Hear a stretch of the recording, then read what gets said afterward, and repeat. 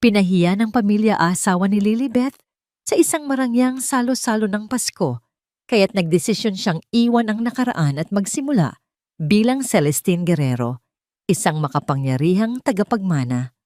Ngunit, magiging sapat ba ang paghihiganti upang gumaling ang mga sugat o may pagkakataon pa bang magpatawad nang lumabas ang mga lihim ni Jackson? Kaya ba ni Celestine manalo sa laban na ito nang hindi nawawala ang kanyang tunay na sarili? Ang matinis na tunog ng mikropono ang pumunit sa maligayang bulungan sa loob ng grand ballroom ng mansyon ng mga Madrigal. Agad na napako ang tingin ng lahat sa entablado kung saan nakatayo ang lalaking pinakamamahal niya, si Jackson. Ngunit ang mga matang tumingin sa kanya ay hindi na ang mga matang dati puno ng pagsinta. Malamig ang mga iyon, kasing lamig ng yelo. "Lilibeth!" sabi ni Jackson. Ang boses ay umalingaw-ngaw sa buong silid, walang bahid ng anumang emosyon. "Umakyat ka rito." Naramdaman ni Lilibeth na tila may mga karayom na tumusok sa kanyang likuran. Bawat mata sa party ay nakatutok sa kanya, sa kanyang simpleng puting bestida na tila isinisigaw ang kanyang pagiging iba sa dagat ng mga mamahaling gown at alahas. Nanginginig ang kanyang mga tuhod, ngunit pinilit niyang humakbang. Bawat yabag ay tila isang milya ang layo. Pagdating niya sa entablado, hindi siya inalalayan ni Jackson. Sa halip isang folder ang inilapag nito sa isang maliit na mesa sa kanilang pagitan. Isang pluma ang kasunod na ipinatong doon. "Ano to, Jax?" Halos pabulong niyang tanong. Ang puso'y kumakabog na parang gustong kumawala sa kanyang dibdib.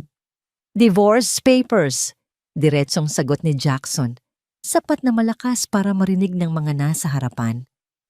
"Pirmahan mo na, para matapos na ang lahat ng to." Para matapos na ang lahat ng to. Ang mga salitang iyon ay parang punyal na bumaon ng malalim sa kanyang puso. Ang kanilang pagsasama, ang kanilang mga pangarap, ay isang bagay na lang pala na kailangang tapusin. Tumingin siya sa paligid. Nakita niya ang mapanuyang na ngiti sa mga labi ng ina ni Jackson, ang pag-iling ng mga pinsan nito, at ang matigas na mukha ng patriarka ng pamilya. Si Don Rafael Madrigal, na nakatayo sa paanan ng entablado. "Hindi ko maintindihan," sabi niya. Ang luhay nagsisimula nang mamuo sa kanyang mga mata. "Akala ko ba? Pasko ngayon, Jax. Akala ko ba maayos na tayo?" Isang mapaklang tawa ang kumawala kay Jackson. "Maayos, Lilibeth. Kailanman ay hindi tayo naging maayos. Isa kang malaking pagkakamali." Sa puntong iyon, lumapit si Don Rafael. Inagaw nito ang mikropono mula kay Jackson. Ang kanyang boses ay mas matigas, mas nakakainsulto. "Narinig ninyo ang aking anak," anunsyo ni Don Rafael sa mga bisita.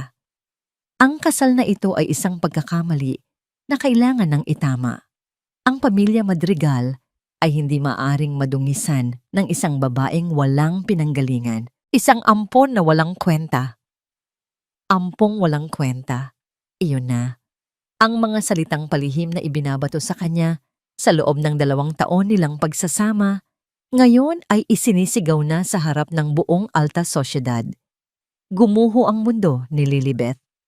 Ang mga ilaw ng Pasko ay tila nagdilim, at ang mga awitin ay napalitan ng ugong sa kanyang mga tainga. Sa kanyang pagkabigla at panginginig, napaatras siya.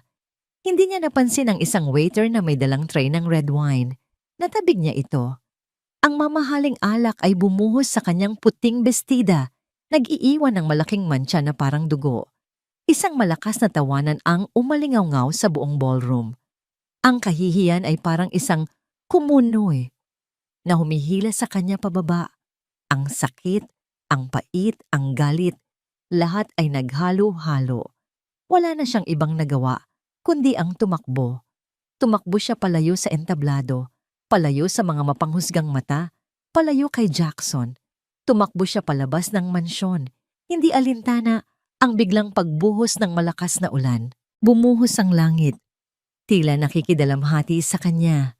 Ang malamig na ulan ay humahalo sa kanyang maiinit na luha. Patuloy lang siya sa paglakad. Walang patutunguhan, basang-basa, dinudurog ng sakit. Ang dating pangarap na Pasko ay naging isang bangungot na abo. Habang naglalakad siya sa madilim at basang kalsada, bigla siyang nasilaw sa ilaw ng isang sasakyan. Isang mamahaling itim na kotse ang huminto sa kanyang harapan. Bumukas ang pinto sa likuran at isang matandang lalaki na nakasuot ng formal na damit, may bitbit na payong, ang mabilis na lumapit sa kanya. Ipinayong nito sa kanya. Tumingala si Lilibeth. Ang mukha'y puno ng pagtataka at pagod. "Sino ka?" tanong niya. Ang boses ay paos. Ngumiti ng magalang ang lalaki. Ang mga salitang lumabas sa bibig nito ang tuluyang magpapabago sa takbo ng kanyang buhay. "Miss Wellington," sabi ng matanda sa magalang ngunit matatag na boses. "Kanina pa po namin kayo hinahanap." Ang pangalang Wellington ay umalingaw-ngaw sa isipan ni Lilibeth, isang salitang banyaga at walang kahulugan sa kanya. Nagpatuloy siya sa pagsunod sa matandang lalaki, hindi dahil sa tiwala, kundi dahil sa kawalan ng lakas para tumanggi. Pagod na ang kanyang katawan at kaluluwa. Ano pa ba ang posibleng mawala sa kanya? Sumakay sila sa marangyang sasakyan. Ang loob nito ay amoy katad at mamahaling pabango, isang malaking pagkakaiba sa amoy ng ulan at putik na dala niya. Walang nagsalita sa buong biyahe. Tanging ang mga patak ng ulan sa bintana at ang mabilis na pagtibok ng kanyang puso ang kanyang naririnig. Huminto sila sa harap ng isang nagtataasang gusali, isang 5-star hotel. Inalalayan siya ng lalaki papasok sa lobby kung saan lahat ng staff ay yumuyukod sa kanila. Dumiretso sila sa isang private elevator na nagdala sa kanila sa pinakatuktok na palapag, ang penthouse suite. Pagbukas ng pinto, isang bagong mundo ang bumungad kay Lilibeth. Ang lawak ng silid, ang mga eleganteng kasangkapan, ang naglalakihang bintana na tanaw ang buong syudad na naliligo sa mga ilaw matapos ang ulan. Lahat ay tila isang panaginip. "Maupo po kayo, Miss Wellington," sabi ng lalaki. Sa gitna ng sala ay may isa pang lalaki, mas bata, nakasuot ng barong at salamin. Tumayo ito at magalang na inilahad ang kamay. "Magandang gabi. Ako po si Attorney De Castro. Matagal na po naming hinihintay ang pagkakataong ito." Umupo si Lilibeth sa malambot na sofa. Ramdam ang panlalamig dahil sa kanyang basang damit. Nag-aalangan siyang tumingin sa abogado. "Hindi ko po maintindihan. Nagkakamali po yata kayo ng tao. Ang pangalan ko po ay Lilibeth Magpantay." Isang malungkot na ngiti ang gumuhit sa labi ni Attorney De Castro. "Yun po ang pangalang ibinigay sa inyo para sa inyong proteksyon. Pero ang tunay ninyong pangalan ay nasa dokumentong ito." Maingat niyang inilapag sa mesang salamin ang isang folder. Binuksan niya ito. Ang unang papel ay isang birth certificate. Nanginginig ang mga kamay na kinuha ito ni Lilibeth. Binasa niya ang mga nakasulat. Pangalan: Lilibeth Grace Wellington. Pangalan ng ama: Gregorio Wellington. Pangalan ng ina: Graciela Wellington. Nabitawan niya ang papel. Hindi ito totoo." "Lahat po ng yan ay totoo," mahinahong sabi ng abogado. Sunod niyang inilabas ang isang makapal na dokumento. "Ito po ang last will and testament ng inyong ama, si Don Gregorio Wellington, ang nag-iisang nagmamay-ari ng Wellington Group of Companies." Sunod-sunod na inilabas ng abogado ang mga larawan. Isang masayang mag-asawa, nakangiti sa kamera. Ang lalaki ay may matikas na tindig at ang babae ay may angking ganda na tila pamilyar sa kanya. Sa isang larawan, karga-karga nila ang isang sanggol na nakabalot sa puting kumot. "Iyan po kayo, kasama ng inyong mga magulang," sabi ng abogado. Dumadaloy na muli ang mga luha ni Lilibeth, ngunit iba na ang dahilan ngayon. Hindi na ito dahil sa sakit ng pagtataksil, kundi sa isang malalim na pangungulila para sa mga mukhang ngayon niya lamang nakita. Nasaan sila? Bakit nila ako iniwan? Hindi po nila kayo iniwan, sagot ni Attorney De Castro at may kinuha siyang isang laptop. May iniwan pong mensahe para sa inyo, ang inyong ama, bago siya pumanaw. Pinindot niya ang play. Isang video ang lumabas sa screen. Ang lalaki sa larawan, si Don Gregorio, ay nakaupo sa isang silya. Mas matanda na siya sa video. May mga guhit na ng pag-aalala sa mukha. Ngunit ang mga mata niya ay puno ng pagmamahal habang nakatingin sa kamera, na para bang si Lilibeth mismo ang kaharap niya. Anak ko, Lilibeth, mahal na mahal kita. Nagsimula ang kanyang ama, ang boses ay garalgal. Kung pinapanood mo ito, ibig sabihin ay wala na kami ng iyong ina. Patawarin mo kami, anak. Kinailangan ka naming itago. May mga taong gustong kunin ang lahat ng ating pinaghirapan. Mga taong hindi nag-atubiling manakit. Ang tanging paraan para manatili kang ligtas ay ang ilayo ka namin. Huminto ito at huminga ng malalim. Ipinagkatiwala ka namin sa taong akala namin ay mapagkakatiwalaan. Ang kapatid ng iyong ina, ang Tio Fernando mo. Binigyan namin siya ng lahat para palakihin ka ng maayos at ibalik ka sa amin kapag ligtas na ang lahat. Pero, tinraidor niya kami, anak.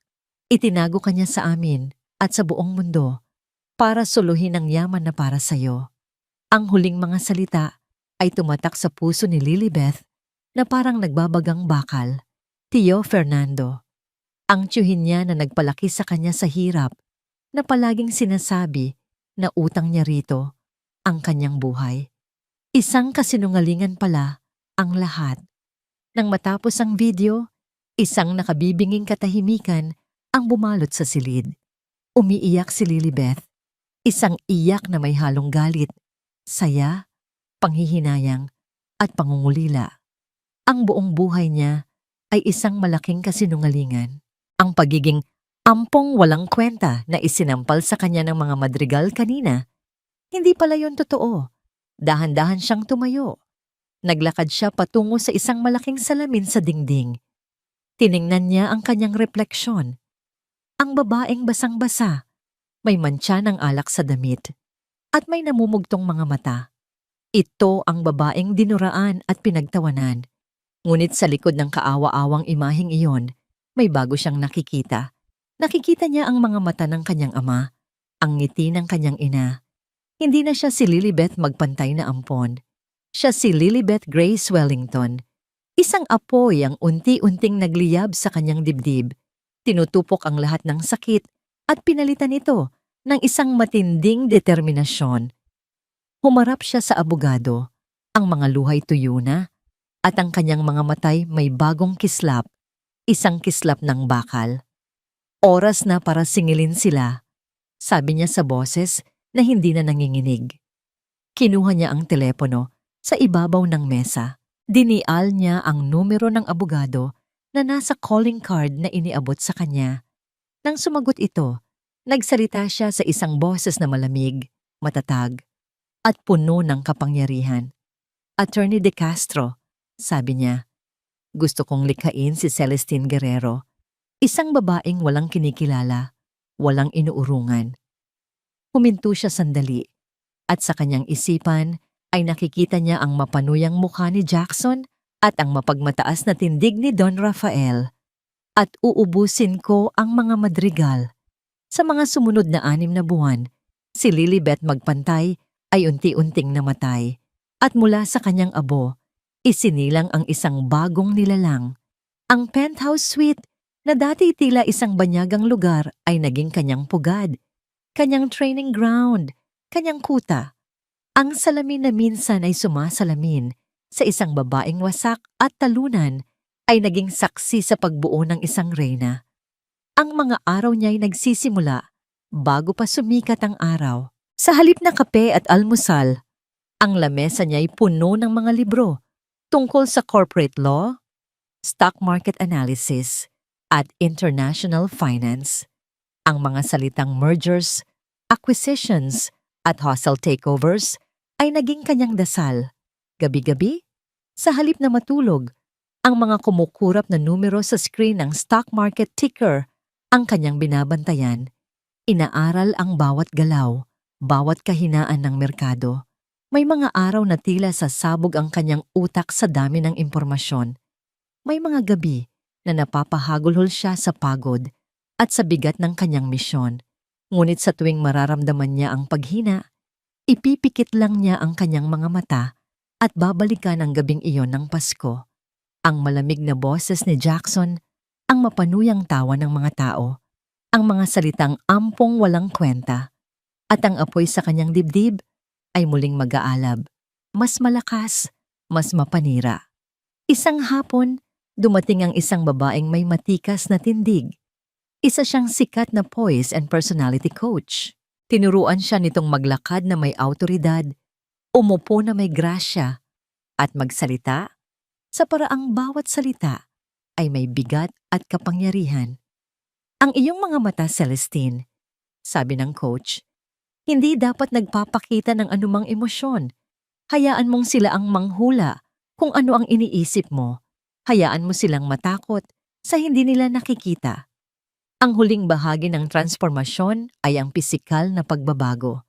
Ipinag-upit niya ang kanyang mahabang buhok hanggang balikat, isang matalim at modernong gupit. Ang kanyang mga simpleng bestida ay napalitan ng mga mamahaling business suit, mga damit na tila baluti, at mga sapatos na may takong na tumutunog sa sahig na parang martilyo sa bawat hakbang. Isang gabi, habang nililinis niya ang iilang personal na gamit na natira mula sa dati niyang buhay, nakita niya ang isang lumang litrato sa ilalim ng isang libro.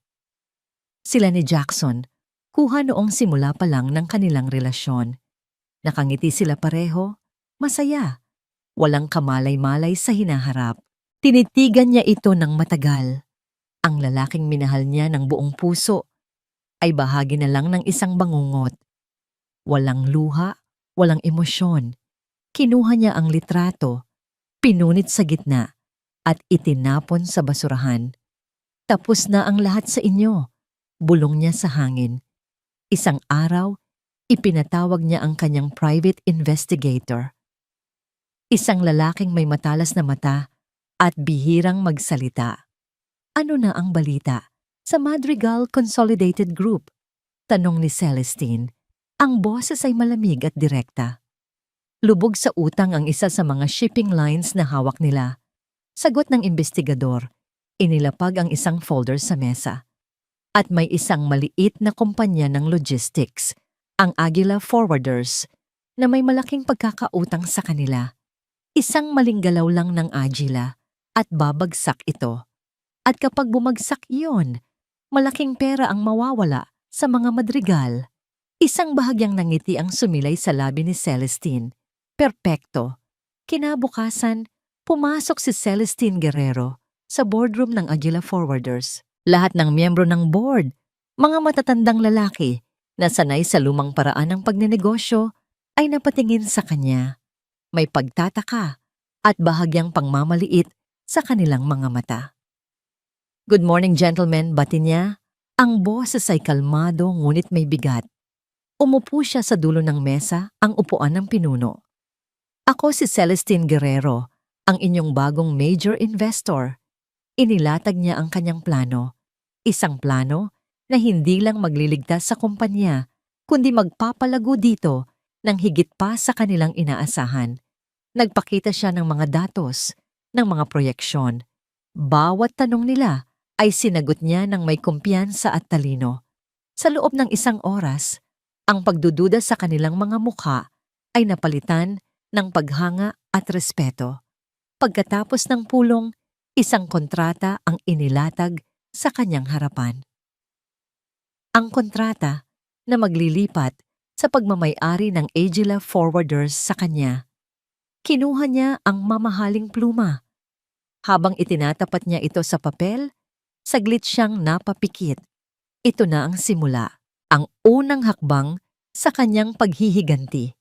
Walang pag-aalinlangan, buong diin niyang isinulat ang pangalang Celestine Guerrero. Sa kabilang bahagi ng syudad, sa tuktok ng Madrigal Tower, nag-uusap sa telepono si Don Rafael Madrigal. Ikinagagalit niya ang pagbaba ng kanilang stocks. Gawan ninyo ng paraan yan. Hindi ako nagbabayad sa inyo para matulog lang. Sigaw niya sa kausap. Pagkababa niya ng telepono, pumasok ang kanyang sekretarya, may dalang takot sa muka. Sir, tumawag po ang legal department ng Aguila Forwarders. Ano ang kailangan ng mga pulubing yon? Sisingilin na natin sila. Asik ni Don Rafael. Hindi po, sir. Nanginginig na sabi ng sekretarya. Nagpadala po sila ng notice. Bayad na po ang lahat ng utang nila. Napakunot ang noo ni Don Rafael. Imposible. Saan sila kumuha ng ganong kalaking pera? Huminga ng malalim ang sekretarya bago sumagot. Sir, may bago na po silang may-ari. Isang misteryosong investor. Ang pangalan niya po ay Celestine Guerrero. Kung may isang bagay na kinasusuklaman ni Jackson Madrigal, ito ay ang mga charity ball. Isang malawak na dagat ng mga peking ng ngiti, mga pilit na papuri, at mga bulungan sa likod ng mga pamaypay. Bawat isa ay may suot na maskara, nagpapaligsahan sa pagpapakita ng yaman at impluwensya. Nakatayo siya sa isang sulok, hawak ang isang baso ng whiskey habang pinapanood ang paulit-ulit na sayaw ng pagkukunwari. 6 na buwan. 6 na buwan na ang nakalipas mula ng gabing iyon ng Pasko. Inamin niya sa sarili, hindi sa sino man, na may bahagi sa kanya ang nakonsensya sa ginawa nila kay Lilibeth. Ngunit mabilis niya iyong iwinawaksi. Kailangan niyong gawin. Isang pagkakamali na dapat itama, gaya ng sabi ng kanyang ama. At ang mga Madrigal ay hindi nagkakamali. Jackson, hiho, ang lalim ng iniisip mo. Bati ng isang matandang senador. Tinapik siya sa balikat. Pilit nang ngumiti si Jackson. Ini-enjoy ko lang po ang gabi, Senator. Isa na namang kasinungalingan. Nang biglang, ang masayang bulungan sa buong ballroom ay unti-unting humina. Hanggang sa napalitan ng isang nakabibinging katahimikan. Lahat ng mga ulo na kanina'y abala sa kani-kanilang tsismisan ay sabay-sabay na lumingon sa iisang direksyon, sa grand staircase. At doon, nakita siya ni Jackson. Isang babae ang dahan-dahang bumababa. Hindi siya naglalakad. Tila siya lumulutang. Nakasuot ito ng isang simpleng itim na gown na hapit sa kanyang katawan.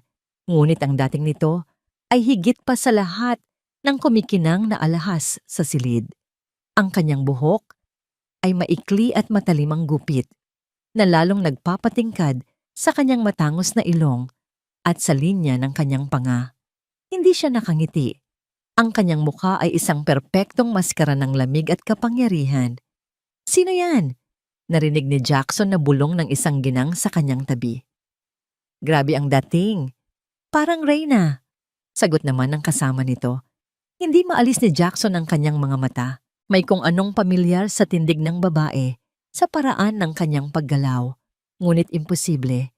Ang babaeng ito ay irradiate ng isang kumpiyansa na kayang magpatigil ng mundo. Malayo. Malayo sa babaeng minsan niyang nakilala. Nang marating nito ang paanan ng hagdan, dahan-dahan nitong iginala ang kanyang mga mata sa buong silid na para bang sinusuri ang bawat isa. At sa isang sandali na parang huminto ang oras, ang mga mata nila ni Jackson ay nagtama mula sa magkabilang dulo ng ballroom. Para siyang sinampal ng kuryente. Ang mga matang yon, malamig, matalim, at tila tumatagos sa kanyang kaluluwa. Para siyang binabasa, sinusuri, at hinuhusgahan sa loob lamang ng isang segundo. At pagkatapos, na para bang isa lang siyang ordinaryong palamuti sa dingding, nag-iwas ito ng tingin at lumakad patungo sa grupo ng mga pinakamayayamang negosyante sa bansa. Parang nainsulto at naintriga, naramdaman ni Jackson ang isang hindi maipaliwanag na puwersa na humihila sa kanya palapit dito. Ibinaba niya ang kanyang baso at sinimulang tahakin ang dagat ng mga tao. "Excuse me?" sabi niya habang nagbibigay daan sa kanya ang mga bisita. Nakatayo ang babae, kausap si Jeet Tan, ang may-ari ng pinakamalaking bangko sa Pilipinas. Naghihintay si Jackson sa tamang tiyempo. Nang matapos ang usapan nila, agad siyang lumapit. "Magandang gabi," sabi ni Jackson sa kanyang pinaka-charming na boses. "Jackson Madrigal." Lumingon ito sa kanya. Mas nakakabighani pala ito sa malapitan. Ngunit ang mga mata nito ay nanatiling walang emosyon. "Celestine Guerrero," sagot nito.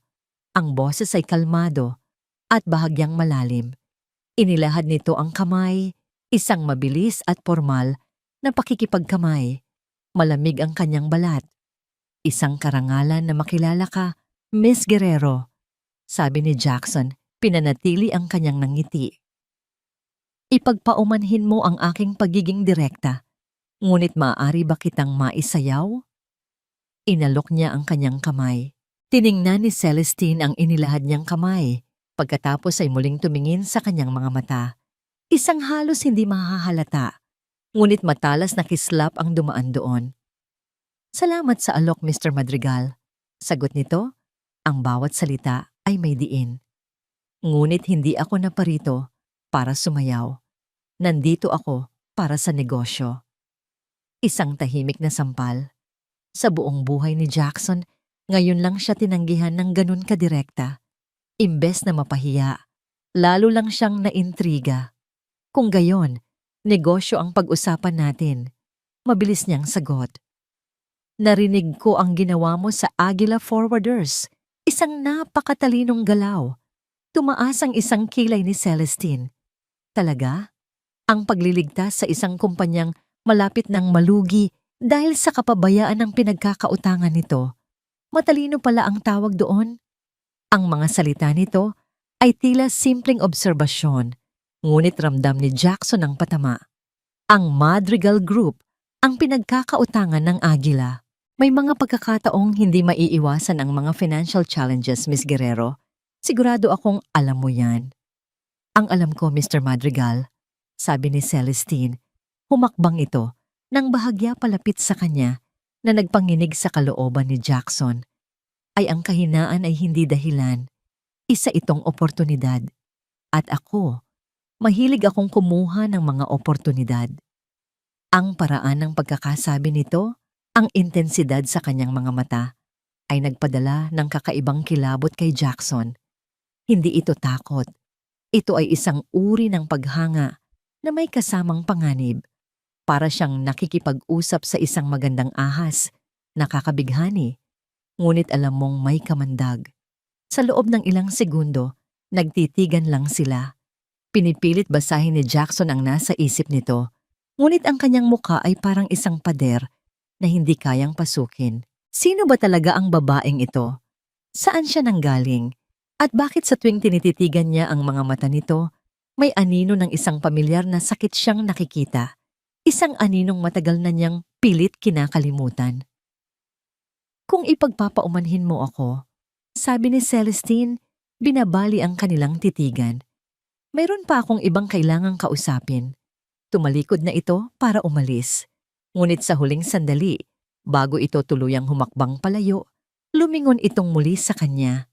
Isang napakaliit, halos hindi makita, ngunit puno ng kahulugang ngiti ang sumilay sa kanyang mga labi. Hindi ito isang namangiti ng saya. Ito ay isang namangiti ng tagumpay. Isang ngiti na tila nagsasabing, simula pa lang ito. At pagkatapos ay naglakad na ito palayo. Iniwan si Jackson na nakatayo roon. Gulong-gulo ang isipan.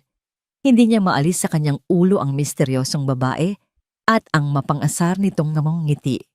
Ang nangiting iyon ay tila isang pangako at isang babala. At sa unang pagkakataon, sa loob ng mahabang panahon, naramdaman ni Jackson Madrigal na nakahanap siya ng katapat. Ang pagtatapos ng charity ball ay hindi hudyat ng pahinga. Para kay Celestine, ito ang tunog ng panimulang baril. Ang pakikipagtagpo niya kay Jackson ay hindi aksidente. Ito ay isang kalkuladong pagsubok sa tubig. At ngayon, alam na niya. Ang anino ni Lilibeth ay sapat ng nabura para hindi siya makilala. Ngunit ang sugat na iniwan nito ay sariwa pa para maging epektibong sandata. Ang target, ang Subic Gateway Port Expansion Project. Ito ang proyektong isasalba sana sa Madrigal Consolidated Group mula sa kanilang mga problemang pinansyal. Isang multi-bilyong pisong deal na ilang buwan nilang pinaghirapan. Makalipas ang isang linggo, nakaupo si Celestine Guerrero sa loob mismo ng pugad ng mga kalaban, ang naglalakihang boardroom ng Madrigal Tower. Sa kabisera ng mesa, nakaupo si Don Rafael, ang hari sa kanyang palasyo. Sa kanan nito ay si Jason na hindi maialis ang mga matang mapanuri sa kanya. Nagagalak kami sa iyong interes sa proyektong ito, Miss Guerrero. Simula ni Don Rafael, ang boses ay puno ng kumpiyansang dulot ng kapangyarihan. Ito ang magiging pinakamalaking proyekto sa bansa sa susunod na dekada. Kalmadong ngumiti si Celestine. Kaya nga po narito ako, Don Rafael. My firm is always interested in legacy projects, ngunit mas interesado kami sa katatagan, stability. Itinuon niya ang kanyang malamig na mga mata kay Jackson. Mr. Madrigal, base sa inyong mga financial projections, malaki ang nakasalalay na kapital dito mula sa inyong kumpanya. Paano ninyo masisiguro ang inyong mga investors laban sa anumang di inaasahang pagkalugi? Ang simpleng tanong ay parang isang direktang sampal. Alam ng lahat sa silid ang kanilang mga kasalukuyang problema. Sumagot si Jackson, pilit na pinapanatili ang kanyang profesionalismo. Mayroon kaming matibay na risk management plan, Miss Guerrero. Every contingency has been accounted for. I see, sabi ni Celestine, dahan-dahang tumango na para bang pinag-iisipan ang kanyang mga salita. Sapagkat sa mundo ng negosyo, minsan ang pinakamalaking risk ay hindi ang merkado, kundi ang mga taong nasa likod nito. Isang katahimikan ang bumalot sa silid. Ang mga salita ni Celestine ay may dalang bigat at pahiwatig na hindi matatakasan ni Don Rafael at Jackson. Pagkatapos ng 2 oras na pulong, tumayo si Celestine. Pag-aaralan ng aking team ang lahat ng ito. I expect to give you our final decision by the end of the week. Gentlemen, sa araw ng Biyernes, ang araw ng pirmahan ng kontrata, tumunog ang personal na telepono ni Jackson. Si Celestine Guerrero ang nasa kabilang linya. Miss Guerrero, we were expecting you, sabi ni Jackson. May halong kaba at pag-asa. My apologies for the delay, Mr. Madrigal, sabi ni Celestine sa kabilang linya. Ang boses ay walang kabuhay-buhay. I'm calling to inform you that we will be respectfully withdrawing our offer to invest. Ano? Anong ibig mong sabihin? Halos pasigaw na tanong ni Jackson. Maayos ang lahat. Pumayag ka na. Nagbago ang isip ko. Simpleng sagot ni Celestine. Nakakita ako ng mas magandang oportunidad. Isang kumpanyang mas may integridad at mas matatag ang pundasyon. I believe they're called Oceanic Transports, your biggest competitor. Good luck with your project, Mr. Madrigal. At ibinaba na nito ang telepono. Celestine! Celestine! Sigaw ni Jackson sa patay na linya. Sa sobrang galit, ibinato niya ang telepono sa dingding. Pumasok si Don Rafael sa kanyang opisina. Anong nangyayari dito? Si Guerrero, umurong siya, sabi ni Jackson, hindi makapaniwala. At ibinigay niya ang pondo sa Oceanic Transports. Isang malutong na mura ang kumawala sa bibig ni Don Rafael. Kinuha nito ang isang babasaging palamuti sa mesa at ibinato sa sahig. Walang hiya. Pinaglaruan niya tayo. Sinadya niya to. Jackson, kasalanan mo to. Hinayaan mong lokohin tayo ng babaeng yon. Habang nagwawala ang mag-ama sa kanilang tore, sa kanyang penthouse suite, tahimik na nakatayo si Celestine sa harap ng kanyang malaking bintana. Hawak niya ang isang kopita ng mamahaling red wine. Sa isang malaking flat-screen TV na nakasabit sa dingding, breaking news ang lumabas. Madrigal Group stocks bumagsak kasunod ng pag-atras ng malaking European investor sa Subic project. Pinanood niya ang pagbagsak ng mga numero. Ang bawat pulang araw na pababa ay musika sa kanyang pandinig. Itinaas niya ang kanyang kopita na para bang may ka-toast. Para sa'yo ito, Lilibeth, bulong niya sa sarili. Ito ang unang hirit. Ngunit sa likod ng tagumpay, may kaunting kaba. Alam niyang hindi titigil si Don Rafael. Isang halimaw yon na kapag sinugatan ay lalong nagiging mabangis. Kinagabihan, sa madilim na opisina ni Don Rafael, ipinatawag niya ang kanyang pinagkakatiwalaang security head. Gusto kong alamin ang lahat tungkol sa babaeng yan. Utos ni Don Rafael. Ang boses ay puno ng pagbabanta. Bawat butas sa buhay niya, bawat sikreto, kahit ang pinakamaliit na dumi, halongkatin ninyo. Gusto kong malaman kung sino si Celestine Guerrero. Lumipas ang ilang araw, muling pumasok ang security head sa opisina ni Don Rafael.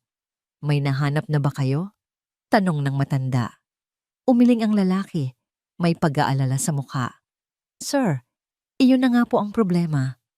Anong problema? Siniyasat po namin lahat.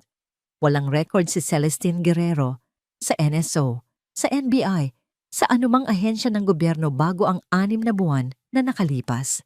Ang kanyang passport, bank accounts, lahat. 6 na buwan lang ang tanda. Napatingin si Don Rafael sa kanya. Anong ibig mong sabihin? Huminga ng malalim ang security head bago sumagot. Sir, para siyang isang multo. Isang multo. Ang mga salitang yon mula sa kanilang security head ay paulit-ulit na umalingaw-ngaw sa isipan ni Jackson. Lalo lang siyang napuno ng galit at pagdududa. 1 linggo na ang nakalipas mula sa kanilang pagkalugi at ang anino ni Celestine Guerrero ay patuloy na bumabagabag sa kanya, hindi lang sa negosyo, kundi pati sa kanyang mga personal na sandali. Hindi na niya matiis. Kailangan niya ng mga sagot. Kailangan niyang harapin ang babaeng ito. Hindi siya nagpa-appointment. Hindi siya nag-abiso. Dire-diretso niyang minaneho ang kanyang sasakyan patungo sa skyscraper kung saan matatagpuan ang opisina ni Celestine, ang punong tanggapan ng Wellington Group. Isang pangalang dati. Wala lang sa kanya, ngunit ngayoy tila isang malaking palaisipan. Sa lobby, sinubukan siyang pigilan ng security. Sir, wala po kayong appointment kay Miss Guerrero. I am Jackson Madrigal, mariin niyang sabi, gamit ang pangalang sanay na magbukas ng lahat ng pinto. At may appointment man o wala, kakausapin ko siya. Dahil sa kanyang autoridad, nag-atubili ang mga guwardiya. Nilagpasan niya sila at sumakay sa private elevator. Bawat palapag na kanyang inaakyat ay lalong nagpapainit sa kanyang dugo.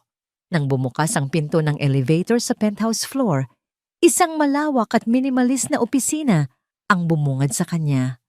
Sa dulo, sa likod ng isang malaking mesa na gawa sa salamin at bakal, nakaupo si Celestine Guerrero. Nakataas ang kanyang mga paa sa mesa, nagbabasa ng isang business journal na para bang wala siyang anumang pakialam sa mundo. Hindi man lang ito nag-angat ng tingin. Hindi ka ba tinuruan ng iyong sekretarya na kumatok muna, Mr. Madrigal? Sabi nito, habang nililipat ang pahina ng kanyang binabasa. At hindi ka ba tinuruan na huwag paglaruan ang mga bagay na hindi mo kayang panindigan? Ganti ni Jackson, ang boses ay nanggigigil. Sa wakas, dahan-dahan nitong ibinaba ang journal. Ang kanyang mga mata ay walang mababakas na pagkagulat. Sa halip, tila inaasahan na niya ang kanyang pagdating. Anong ginagawa mo rito, Jackson? Marahas niyang tanong habang naglalakad palapit sa mesa nito. Alam mo kung bakit ako narito? Sabi niya, itinukod ang 2 kamay sa mesa nito. Sinadya mo yon. Sinadya mong sirain ang deal. Anong gusto mo? Pera? Sabihin mo ang presyo mo. Isang bahagyang nangiti ang sumilay sa labi ni Celestine. Itinayo nito ang sarili mula sa kanyang upuan, dahan-dahan, na parang isang predator na sinusukat ang kanyang biktima. Pera? Mr. Madrigal, kung pera lang ang habol ko, sana'y tinanggap ko na ang alok ninyo. May mga bagay sa mundong ito na mas mahalaga kaysa sa pera. Tulad ng ano? Pagsira sa pangalan ng iba? Tulad ng hustisya. Sagot nito, ang boses ay biglang lumamig. At paniningil sa mga may utang. Naglakad ito paikot sa mesa hanggang sa magkaharap na sila, isang braso na lang ang pagitan. Ang pabango nito, isang halo ng mamahaling bulaklak at yelo, ay lalong nagpagulo sa kanyang sistema. Sino ka ba talaga? Tanong ni Jackson. Mas mahina na ang boses ngayon, puno ng pagkalito. 6 na buwan. Walang record. Para kang bula na biglang sumulpot. Walang nakakakilala sa'yo. Ang mahalaga ay kilala kita. Sagot ni Celestine, ang mga matay nakatitig ng diretso sa kanya. Kilala ko ang pamilya mo. Alam ko ang mga sikreto ninyo. Alam ko kung paano kayo nagpapatakbo ng negosyo, kung paano kayo naninira ng buhay para lang sa kapangyarihan. Habang nagsasalita ito, sa gitna ng kanyang galit, sa gitna ng kanyang pagkaakit, may isang bagay sa kanyang mga mata na biglang kumislap. Isang emosyon na pilit niyang tinatago. Nang banggitin ni Jackson ang salitang pamilya, sa isang iglap, nakita niya ito. Isang kislap ng malalim na sakit. Ang kislap na yon, pamilyar. Ito ang kislap na nakita niya sa mga mata ni Lilibeth noong gabing yon ng Pasko, bago ito tumakbo papalabas sa ulan. Parang binuhusan ng malamig na tubig si Jackson. Natulala siya. Ang lahat ng galit ay napalitan ng isang nakakabinging pagdududa. Imposible. Pero, sino ka ba talaga? Ulit niyang tanong. Ngunit ngayon, ang tanong ay may kasama ng takot at pagtataka. Lumapit pa siya. Sinusubukang hanapin ang kahit ni anong bakas ng nakaraan sa mukha nito. Biglang nagbago ang ekspresyon ni Celestine. Ang kislap ng sakit ay agad na nawala. Napalitan ng isang matigas na pader ng yelo. Nakita niyang bahagyang nanginig ang mga kamay nito sa gilid. Security! Malakas niyang sigaw. Tinutulak si Jackson palayo. Palabasin ang taong ito. 2 gwardiya ang mabilis na pumasok at hinawakan si Jackson sa magkabilang braso. Hindi siya pumalag. Habang hinihila siya palabas, hindi niya inalis ang kanyang mga mata kay Celestine. Pagkasara ng pinto ng elevator, naiwan si Celestine na mag-isa. Ang postura niyang matikas ay biglang gumuho.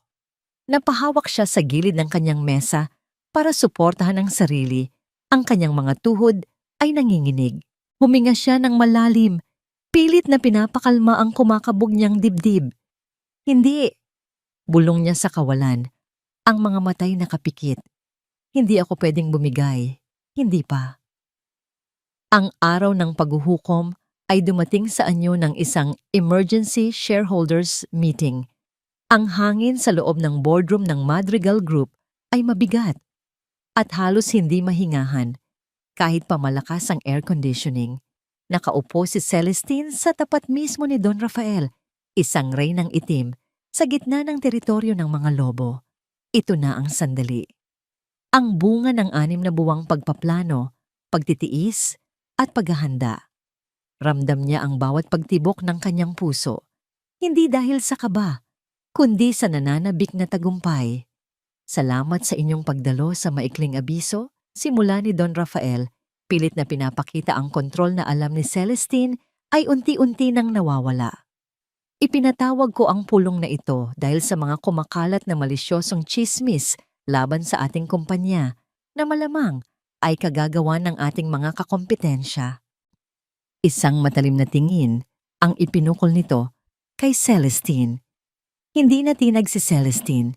Kalmado niyang inilapag ang isang manipis na itim na flash drive sa ibabaw ng makintab na mesa. Hindi ito chismis, Don Rafael. Ito ay katotohanan. Isang assistant ang kumuha ng flash drive at isinaksak sa sistema ng projector. Sa isang iglap, ang malaking puting screen sa likod ni Don Rafael ay nagliwanag.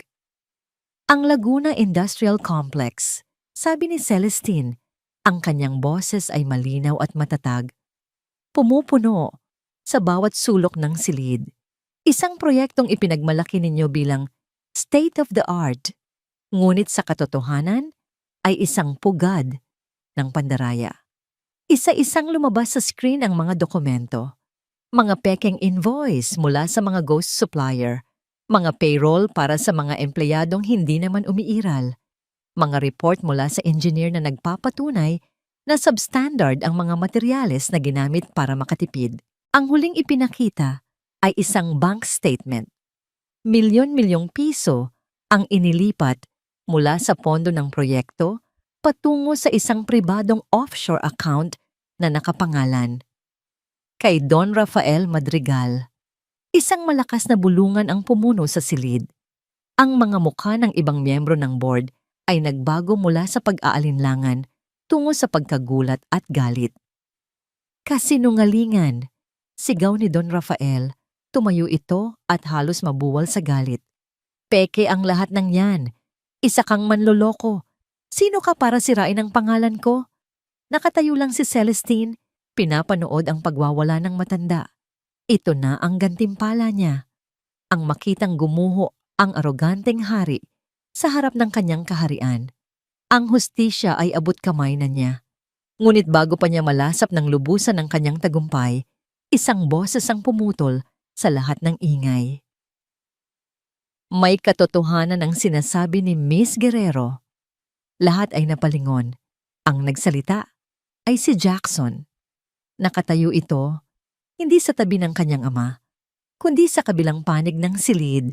Ang kanyang mukha ay seryoso. Ang kanyang mga mata ay nakatutok hindi sa ama, kundi kay Celestine. Natigilan si Celestine. Ang puso niya ay biglang kumabog ng mas mabilis, ngunit ngayon ay dahil sa pagkalito. Anong ginagawa niya? Ito ay wala sa plano. Ang inaasahan niya ay kasinungalingan, pagtatanggol, pagsunod sa dikta ng pamilya.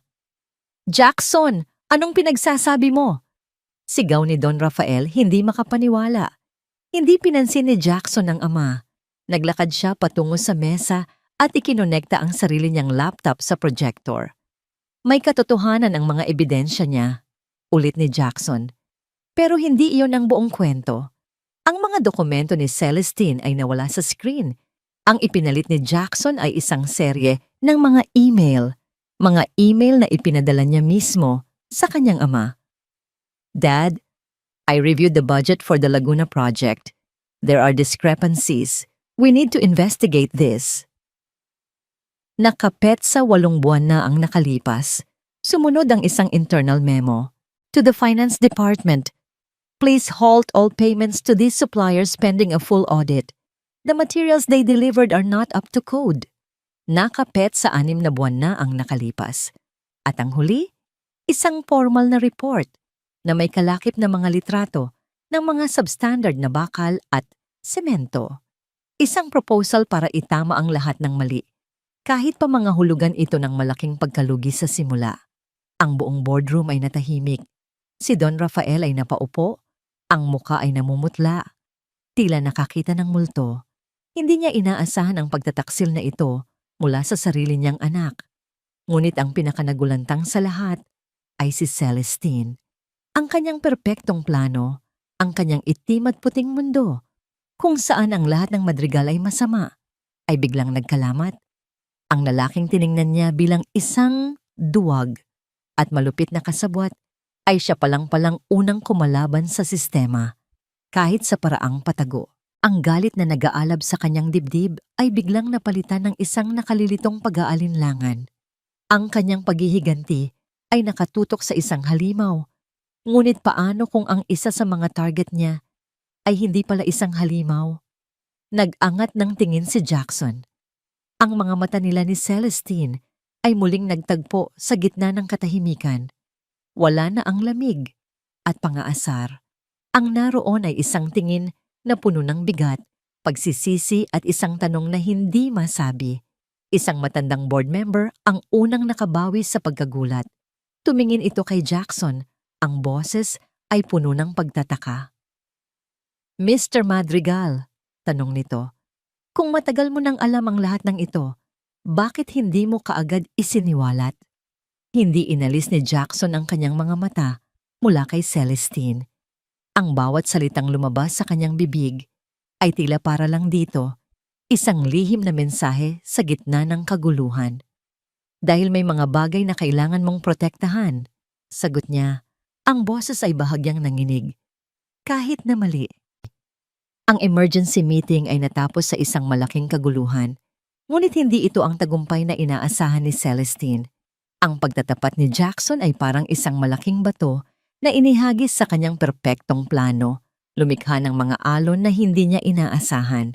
Sa loob ng Madrigal Tower, sa opisina kung saan minsan ay naghari si Don Rafael, ngayon ay nagwawala ito na parang isang sugatang hayop. Ang mga mamahaling palamuti ay isa-isang naging basag na piraso sa sahig.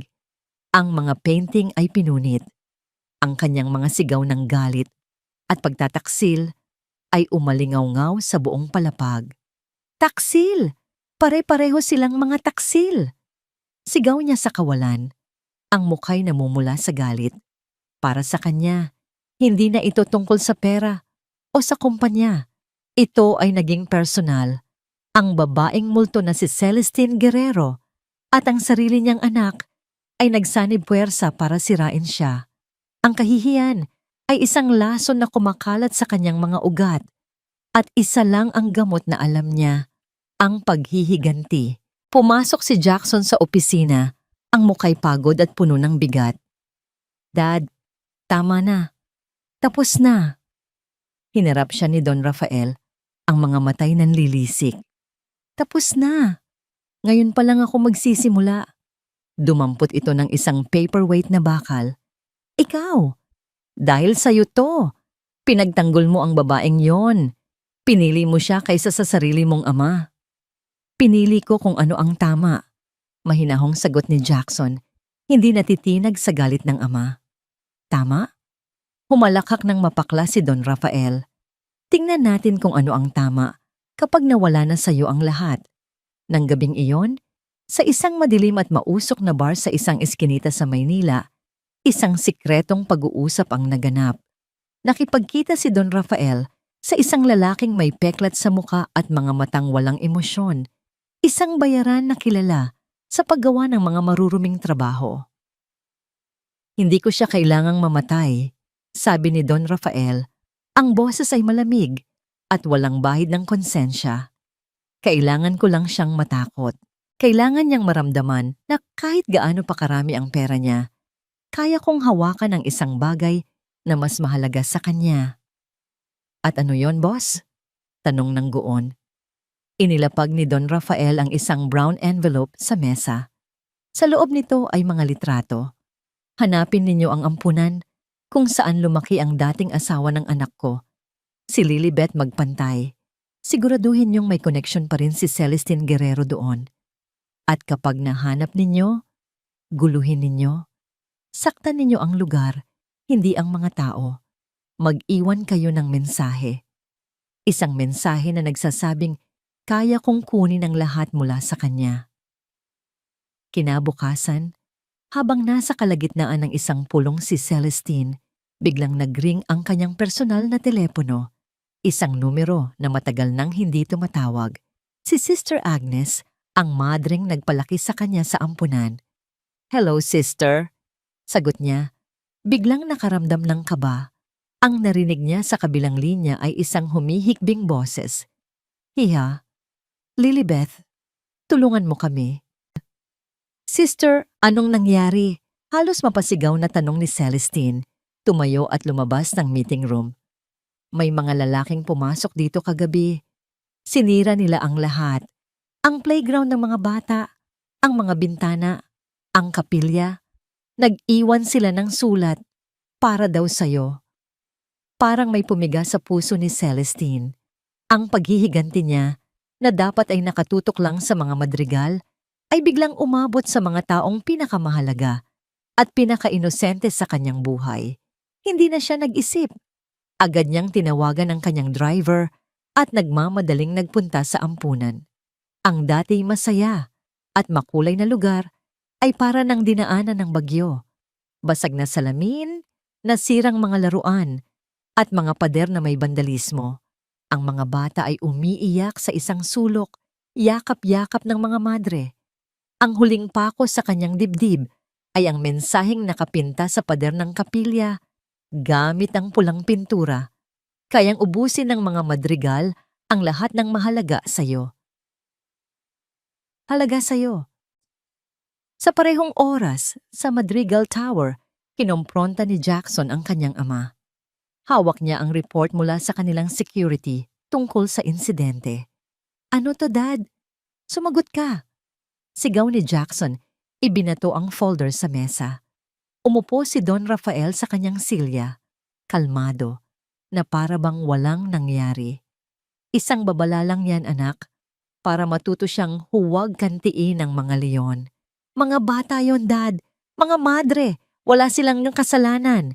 Nanggigigil na sabi ni Jackson. Hindi na ito negosyo. Kabaliwan na to. Tumingin si Don Rafael sa kanya. Ang mga matay malamig na parang yelo. Itinuro niya ang pinto. Kung ganoon, pumili ka, Jackson. Sabi nito sa isang boses na pinal. Ang pamilyang ito, ang pangalan at yaman na ibinigay ko sa'yo. O ang babaeng sisira sa ating lahat. Ang sikat ng araw ay tila hindi na kayang pumasok sa kanyang penthouse. Walang kulay ang mundo ni Celestine na ngayon ay muling naging si Lilibeth. Ang mga basag na salamin sa ampunan, ang mga umiiyak na bata, ang pulang mensahe sa pader. Bawat isa ay parang punyal na tumusok sa kanyang puso. Ang paghihiganti. Iyon ang naging lakas niya. Iyon ang naging gabay niya. Ngunit sa paghahanap niya ng hustisya, nakalimutan niya ang isang mahalagang aral. Ang galit ay isang apoy na hindi lang ang kalaban ang sinusunog, kundi pati na rin ang sarili at ang lahat ng pinahahalagahan mo. Kinabukasan, isang importanteng board meeting ng Wellington Group ang ipinatawag. Ngunit hindi siya nakapag-focus. Ang kanyang isip ay patuloy na bumabalik sa ampunan, sa mga inosenteng buhay na nadamay dahil sa kanyang personal na laban. Miss Guerrero, narito ang mga financial projections para sa acquisition ng Summit Holdings, sabi ng isa sa kanyang mga tauhan. Tiningnan ni Lilibeth ang mga numero, ngunit tila nagiging malabo ang mga ito. Ang Summit Holdings ay ang pinakamalaking competitor ng Madrigal Group sa real estate. Ang pagkuha rito ay magiging isang malaking dagok sa kanila, ang pinakahuling hakbang sa kanyang paghihiganti. Ngunit ano pa ang halaga ng tagumpay kung ang kapalit ay ang kapayapaan ng mga taong minahal niya? Nagring ang kanyang telepono. Muling tumawag si Sister Agnes. Ang boses ay puno ng takot. Hija, may mga nagpaplanong bumalik dito. Kailangan naming lumikas. Natatakot ang mga bata. Natigilan si Lilibeth. Hindi niya pwedeng hayaan ito. Hindi niya kayang makita na masaktan ang kanyang mga kapatid sa ampunan. Ang mga batang katulad niya noon, walang kalaban-laban. Tumayo siya. Walang pasabi. I-cancel lahat ng schedule ko sa buong linggo. Utos niya sa kanyang sekretarya. Ang boses ay malalim at may awtoridad. Kailangan kong umalis. Walang alintana, sa mamahaling business suit, mabilis niyang minaneho ang kanyang sasakyan. Isang lugar lang ang kanyang pupuntahan, ang mansyon ng mga madrigal. Pagdating niya sa gate, hindi siya pinapasok ng gwardya. Wala po kayong appointment, Miss Guerrero.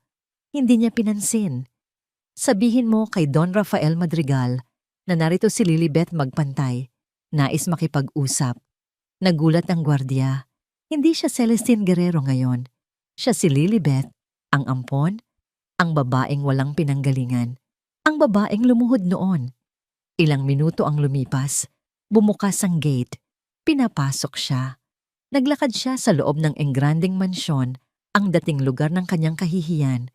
Bawat hakbang ay parang isang paglalakbay pabalik sa bangungot. Sa sala, naghihintay si Don Rafael. Nakaupo sa isang silya na para bang isang hukom na naghihintay ng parusa. May nakabiting na ngiti sa kanyang labi. Look what the cat dragged in, sabi ni Don Rafael. May pagtawa sa boses. Ang multo ay nagpakita na rin. Hindi siya sumagot. Tumayo siya sa harap ng matanda. Diretso ang tingin. Naparito ako para makipag-areglo, sabi ni Lilibeth. Ang boses ay matatag kahit nanginginig ang kanyang kalooban. Areglo? Sa akin? Isang pulubi na kagaya mo? Muling humalakak si Don Rafael. At anong iaalok mo? Ang iyong paghihiganti? Ititigil ko na ang lahat, sagot ni Lilibeth. Wala na akong gagawing hakbang laban sa inyo. Ibebenta ko ang shares ng Wellington Group na makakaapekto sa inyo. Hahayaan ko na kayo. Hahayaan ko nang bumalik sa dati ang lahat. Tumigil ang pagtawa ni Don Rafael. Tinitigan siya nito ng masinsinan. Sinusuri ang kanyang mga mata. At anong kapalit? Kailangan mong tigilan ang panggugulo sa ampunan, sabi ni Lilibeth, halos pabulong. Kailangan mong garantiyahan ang kaligtasan ng mga bata at mga madre. Huwag niyo na silang sasaktan. Ngumiti si Don Rafael. Isang ngiting punong-puno ng pagmamalaki at kasamaan. Kaya pala, ang mga kahinaan mo para sa kapayapaan ng mga alaga mo, handa kang isuko ang lahat ng pinaghirapan mo. Tumayo ito at dahan-dahang lumapit kay Lilibeth. Para maging kasing linaw ng kristal ang lahat, Lilibeth, sabi nito. Ang boses ay bumulong na parang demonyo. Para malaman mo kung sino ang tunay na may kapangyarihan. Sa pagitan natin, may isang kondisyon ako. Kinabahan si Lilibeth. Ano yon? Itinuro ni Don Rafael ang sahig sa harap niya. Lumuhod ka! Utos nito. Lumuhod ka sa aking harapan. Humingi ka ng tawad sa pagsubok na sirain ang pangalan ko. At mangako ka na kailanman ay hindi ka na muling magpapakita sa amin. Ngayon na. Parang may pumukpok sa ulo ni Lilibeth. Lumuhod. Humingi ng tawad sa taong nagwasak sa kanya at sa kanyang mga magulang. Ang pagpapakumbaba na ito ay mas masakit pa kaysa sa anumang physical pain. Ngunit ang mga mukha ng mga bata sa ampunan ang bumalik sa kanyang isipan. Dahan-dahan, bumaba ang kanyang mga tuhod. Nagsimula siyang lumuhod. Ang kanyang mga matay puno ng mga luhang pilit niyang pinipigilan. Ang bawat sentimetro ng pagbaba niya ay isang paalam sa kanyang dignidad, sa kanyang paghihiganti, sa kanyang pagkatao. Ito na ang pinakamababang punto. Ang kanyang buong plano ay gumuho. Wala na siyang pag-asa. Ngunit bago pa niya tuluyang maisara ang kanyang mga mata sa kahihiyan, isang boses ang umalingaw-ngaw sa silid. Tama na pa. Tapos na ang lahat. Napaangat ng tingin si Lilibeth. Sa may pintuan nakatayo si Jackson. Ang kanyang muka ay puno ng galit. Hindi sa kanya, kundi sa kanyang ama. Naglakad ito palapit. Mabilis. Buo ang loob. At sa isang iglap, pinigilan nito ang kanyang pagluhod. Ang mga kamay ni Jackson ay mahigpit na nakahawak sa braso ni Lilibeth. Pinipigilan siyang lumuhod na para bang ang pagluhod niya ay isang sugat na pareho nilang mararamdaman. Ang galit sa mukha ni Don Rafael ay napalitan ng pagkagulat. Jackson, anong ginagawa mo rito? Bitawan mo siya. Utos ng matanda. Hindi. Matigas na sagot ni Jackson, hindi inaalis ang tingin sa ama. Inalalayan niyang tumayo si Lilibeth. Sabi ko, tama na. Hindi mo na siya sasaktan. Hindi na kahit kailan. Tinataksil mo ako para sa babaeng yan? Hindi kita tinataksil, Dad. Tinatama ko lang ang mga mali mo, sabi ni Jackson. Pagkatapos ay hinila niya si Lilibeth, papalayo sa sala, papalabas ng mansyon, papalayo sa lason na bumabalot sa lugar na yon. Hindi pumalag si Lilibeth. Wala na siyang lakas. Hinayaan niya lang na hilahin siya ni Jackson. Ipinasok sa kotse nito at mabilis na pinaandar palayo. Walang nagsalita sa kanila. Ang tanging naririnig ay ang kanilang mga mabibigat na paghinga at ang ugong ng makina ng sasakyan. Dinala siya ni Jackson sa isang lugar na hindi niya alam. Isang tahimik na rest house sa Tagaytay, nakatago sa gitna ng mga puno ng pino, tanaw ang lawa ng Taal. Ang hangin ay malamig at malinis, isang malaking kaibahan sa bigat ng hangin na iniwan nila sa Maynila.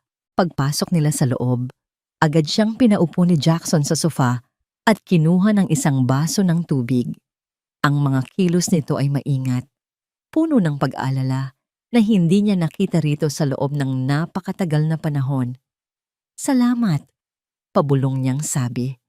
Naupo si Jackson sa tapat niya. May malaking espasyo sa kanilang pagitan. Patawarin mo ko, Lily, sabi nito. Ang boses ay puno ng pagsisisi. Patawarin mo ako sa lahat. Tumingin lang si Lilibeth sa labas ng bintana. Ang mga salitang patawad ay tila napakadaling sabihin, ngunit napakahirap damhin. Alam ko, walang kapatawaran ang ginawa ko. Pagpapatuloy ni Jackson na para bang nababasa ang nasa isip niya. Noong gabing iyon, duwag ako. Sunod-sunuran ako kay Dad dahil akala ko yun ang tama. Akala ko, ang pagprotekta sa pangalan ng pamilya ang pinakamahalaga sa lahat. Pero mali ako. Habang pinoprotektahan ko ang pangalan natin, sinisira ko naman ang babaeng pinakamamahal ko. Sa pag-amin niyang iyon, napalingon si Lilibeth. Ang mga mata nito ay puno ng sakit at katapatan. Matagal ko nang alam ang tungkol sa mga iligal na gawain ni Dad. Umamin si Jackson. Sinubukan ko siyang kausapin. Sinubukan kong itama, pero hindi siya nakinig. Kaya nagsimula akong mag-ipon ng ebidensya. Patago. Plano kong isuko ang lahat sa tamang panahon kapag handa na akong talikuran ng lahat. Pero naunahan mo ko. Tumayo siya at may kinuha mula sa isang nakatagong safe sa ilalim ng sahig. Isang itim na kahon. Inilapag niya ito sa mesa sa kanilang pagitan at binuksan. Ang kahon ay puno ng mga folder, mga orihinal na kopya siya ng mga dokumentong nagpapatunay sa lahat ng pandaraya ni Don Rafael, mga audio recording ng mga sikretong pag-uusap, mga bank record, lahat ng kailangan para tuluyang maipakulong ang kanyang ama. Iyon na to, sabi ni Jackson. Ito ang mga sandatang kailangan mo para tapusin ang laban. At kung kailangan mo ng testigo, handa akong tumestigo laban sa sarili kong ama. Natulala si Lilibeth. Ang lalaking minsan niyang kinamuhian ng buong puso ay siya ngayong nag-aalok ng tulong, ng pagtubos. Ang paghihiganti na dati simple at malinaw ay naging komplikado. Bakit mo to ginagawa? Tanong niya. Ang boses ay nanginginig. Lumapit si Jackson. Dahan-dahan na parang nag-aalangan, hinawakan nito ang kanyang kamay. Ang init ng palad nito ay pamilyar, ngunit ang bigat ng sitwasyon ay bago. Dahil kailangan kong itama ang lahat, Lily, para sa'yo, para sa atin, sabi nito. At dahil hanggang ngayon, mahal pa rin kita. Habang pinoproseso ni Lilibeth ang lahat ng kanyang narinig at nakita, biglang nag-ring ang kanyang telepono. Isang hindi rehistradong numero. Nag-aalangan man ay sinagot niya ito. Ang boses sa kabilang linya ay garalgal, nanginginig, at puno ng takot. Ito ang boses ng kanyang Tio Fernando. Lilibeth, apo, tulungan mo ako. Umiiyak na, sabi nito. Pinapahanap ako ng mga madrigal. Papatayin nila ako. Alam ko ang lahat ng sikreto ng ama mo at ni Don Rafael. Tulungan mo ko, apo. Ang taunang shareholders meeting ng Madrigal Consolidated Group ay idinaraos sa parehong Grand Ballroom kung saan halos 1 taon na ang nakalipas, dinurog ang pagkatao ni Lilibeth. Ngayon, ang hangin ay hindi puno ng tawanan at musika, kundi ng tensyon at hindi nabibigkas na mga akusasyon. Si Don Rafael Madrigal ay nakaupo sa gitna ng mahabang mesa sa entablado. Pilit na ipinapakita ang isang imahe ng kapangyarihan na halatang basag na. Nasa kalagitnaan siya ng kanyang talumpati, isang desperadong pagtatangka na pakalmahin ang mga nag-aalalang investor nang biglang bumukas ng malakas ang 2 malaking pinto sa likuran. Lahat ng mga mata ay napalingon. Mula sa liwanag, isang figura ang dahan-dahang lumakad papasok. Si Celestine Guerrero, nakasuot ng isang nagniningning na pulang business suit. na tila apoy na naglalakad. Ang kanyang bawat hakbang ay may bigat. Ang kanyang presensya ay nagpatigil sa lahat ng bulungan, ngunit hindi siya nag-iisa. Sa kanyang tabi, kasabay niyang naglalakad, ay si Jackson Madrigal, ang tagapagmana, ang prinsipe na ngayon ay nasa tabi ng kaaway ng kanyang kaharian. Ang kanilang pagdating ay isang deklarasyon ng giyera. Anong kalokohan ito? Sigaw ni Don Rafael, ang kanyang boses ay nanginginig sa galit at pagtataksil. Security! Palabasin sila! Ngunit walang gumalaw. Lahat ay tila nabighani, naghihintay kung ano ang susunod na mangyayari. Nagpatuloy sa paglakad sina Lilibeth at Jackson, dire-diretso patungo sa entablado. Hindi sila gumamit ng hagdan. Sa halip, huminto sila sa harap mismo ng mesa, kapantay ng mga taong minsan ay tumingala sa kanila. Magandang umaga sa inyong lahat, bati ni Lilibeth. Ang kanyang boses ay kalmado, ngunit umalingaw-ngaw sa buong silid, gamit ang isang maliit na mikropono na dala niya. Patawarin ninyo ang aming biglaang pagdating. Ngunit may mga katotohanan na hindi na maaaring ipagpaliban pa. Sa isang hudyat niya, ang malaking screen sa likod ng entablado, na kanina'y nagpapakita ng logo ng Madrigal Group, ay biglang nag-itim. At pagkatapos, lumabas ang mga ebidensya. Isa-isa niyang ipinakita ang lahat. Ang mga dokumento ng pandaraya sa Laguna Industrial Complex na una niyang isiniwalat. Sinundan ito ng mga ebidensyang galing kay Jackson, ang mga audio recording, ang mga bank transfer, ang mga pekeng kontrata. Isang bundok ng kasalanan na hindi na matatago. Sinungaling! Patuloy na sigaw ni Don Rafael, ngunit ang kanyang mga salita ay wala ng bigat. At hindi pa dyan nagtatapos ang lahat. Pagpapatuloy ni Lilibeth, isang video ang lumabas sa screen, isang lalaking payat at halatang takot na takot. Si Fernando Magpantay, ang kanyang tiyuhin. Ako si Fernando Magpantay. Simula ng confession sa video.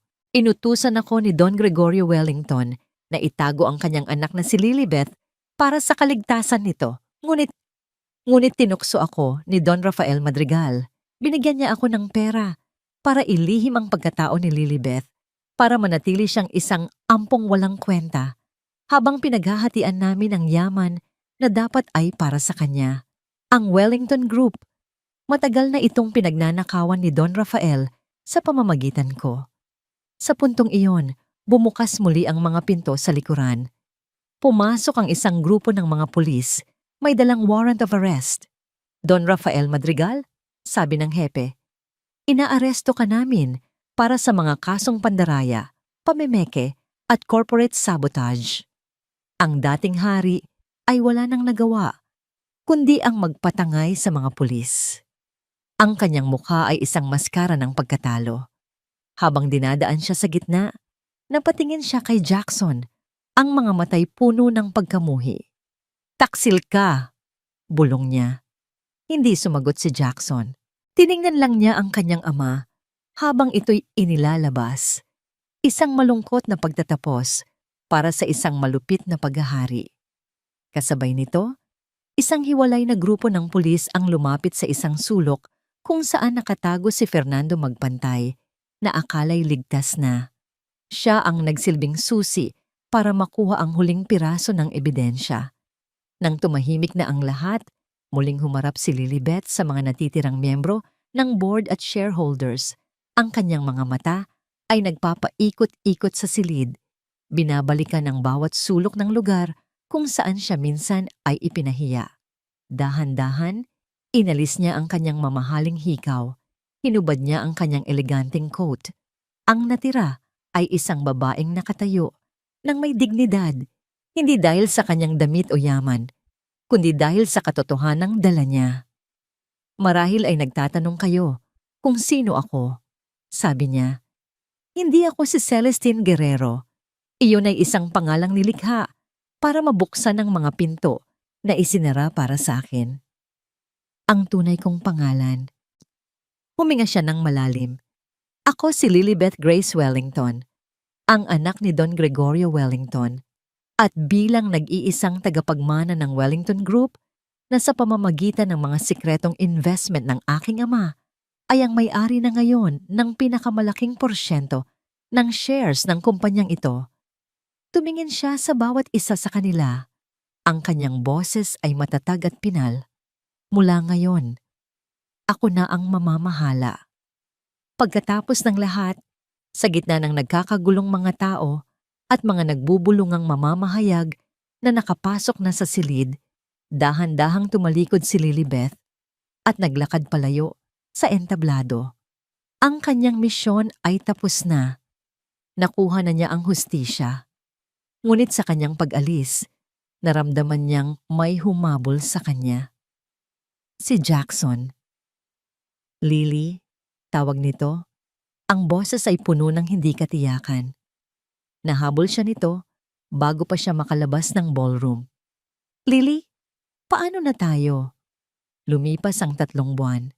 Ang pangalang Madrigal Consolidated Group ay unti-unting nabura sa mundo ng korporasyon at pinalitan ito ng isang bagong entidad, ang Wellington Madrigal Corporation, isang simbolo ng masalimuot na nakaraan at isang maingat na hinaharap.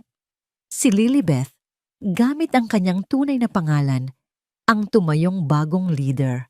Ngunit sa halip na maging isang reynang bakal, siya ay naging isang pinunong may puso, dahan-dahang itinatama ang mga maling sistema na iniwan ng mga nauna sa kanya. Isang maaliwalas na hapon, dinalaw ni Lilibeth ang ampunan.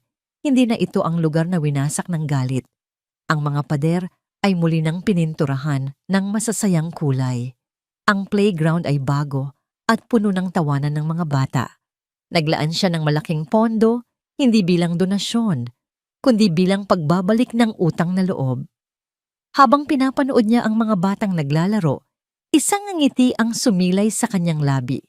Isang tunay at magaan na ngiti na matagal nang hindi niya naramdaman. Sa kabilang dako, malayo sa anino ng nagtataas ang gusali ng Makati, pinili ni Jackson na magsimula muli. Ginamit niya ang maliit na perang natira sa kanya na hindi galing sa masamang paraan para magtayo ng isang maliit na coffee shop sa paanan ng isang bundok sa probinsya. Isang simpleng negosyo na malinis. Araw-araw, ang kanyang mga kamay, na dati sanay sa pagpirma ng mga milyones na kontrata, ay abala sa pagtimpla ng kape at pag-asikaso sa mga customer. May kapayapaan sa simpleng buhay na ito, isang kapayapaang hindi kayang bilhin ng pera. Isang araw, nagpasya si Lilibeth na bisitahin ang lugar kung saan dapat siya unang dinala, ang puntod ng kanyang mga magulang. Isang simpleng marmol na lapida sa ilalim ng isang malaking puno ng akasya. Habang nilalagay niya ang isang pumpon ng mga puting bulaklak, isang pamilyar na boses ang kanyang narinig mula sa likuran. Magandang araw, Lily. Lumingon siya. Nakatayo roon si Jackson. May dala ring isang simpleng bulaklak. Hindi siya nagulat. Tila inaasahan na ng kanyang puso ang pagdating nito. Jackson. Bati niya pabalik. Ang boses ay kalmado. Naglakad ito palapit at inilagay ang kanyang bulaklak sa tabi ng sa kanya. Sa loob ng ilang sandali, pareho lang silang nakatayo roon, nakatingin sa mga pangalang nakaukit sa lapida, hinahayaan ang katahimikan at ang malamig na hangin na magsalita para sa kanila.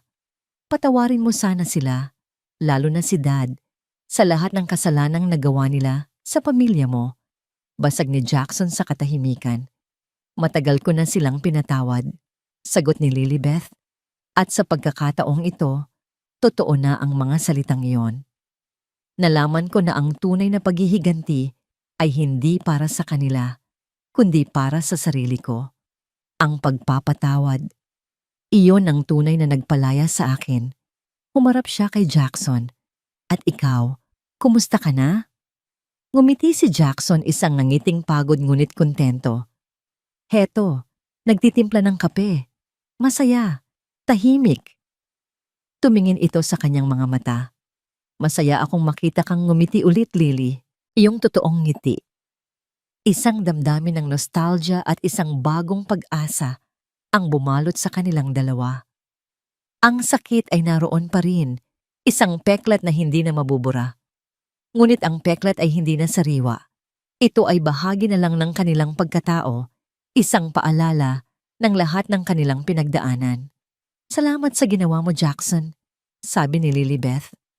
Sa pagtulong mo sa akin na itama ang lahat.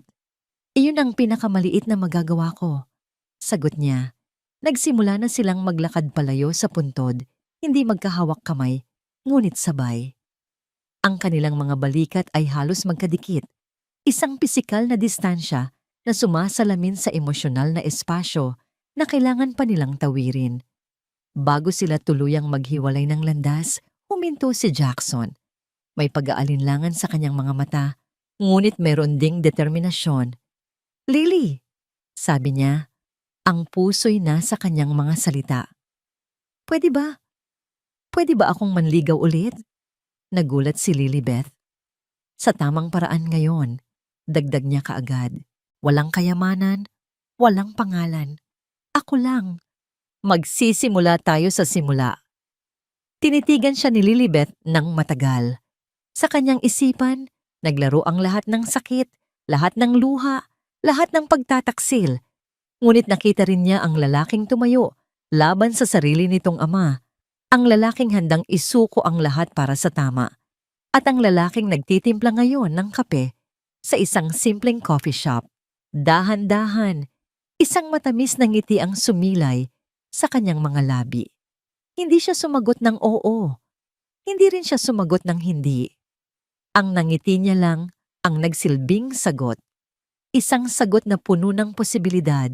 Isang sagot na nagsasabing ang paghilom ay nagsimula na at ang bukas ay isang blangkong pahina na handa na nilang sulatan ng magkasama. Sa huli, ang kwento ni Lilibeth ay hindi lamang isang paghihiganti, kundi isang paglalakbay ng paghahanap muli sa sarili at lakas mula sa mga sugat. Bagamat ang pagtataksil at pangiinsulto ay nagtulak sa kanya sa pinakamadilim na bahagi ng kanyang buhay, ang kanyang tibay at talino ang nagbigay daan upang makabangon at lumikha ng isang bagong mundo. Ngunit sa huli, kapag hinarap niya ang kanyang konsensya at mahihirap na pagpili, pipiliin ba niyang maghiganti o magpatawad? Ang kwentong ito ay nagpaalala sa atin na ang masasama ay tiyak na makakamtan ng parusa, at ang mabubuti, kahit gaano kahirap ang daan, ay makakamtan ang nararapat nilang gantimpala. Maraming salamat sa inyong pagsubaybay sa kwentong ito. Ano ang palagay niyo sa mga desisyon ni Lilibeth? Kaya ba niyang magpatawad sa mga nagpasakit sa kanya? Ibahagi ang inyong mga saloobin sa comments. Huwag kalimutang mag-subscribe at sundan kami para sa mga kwento ng pusong puno ng emosyon. Naway magtaglay kayo ng isang magandang araw.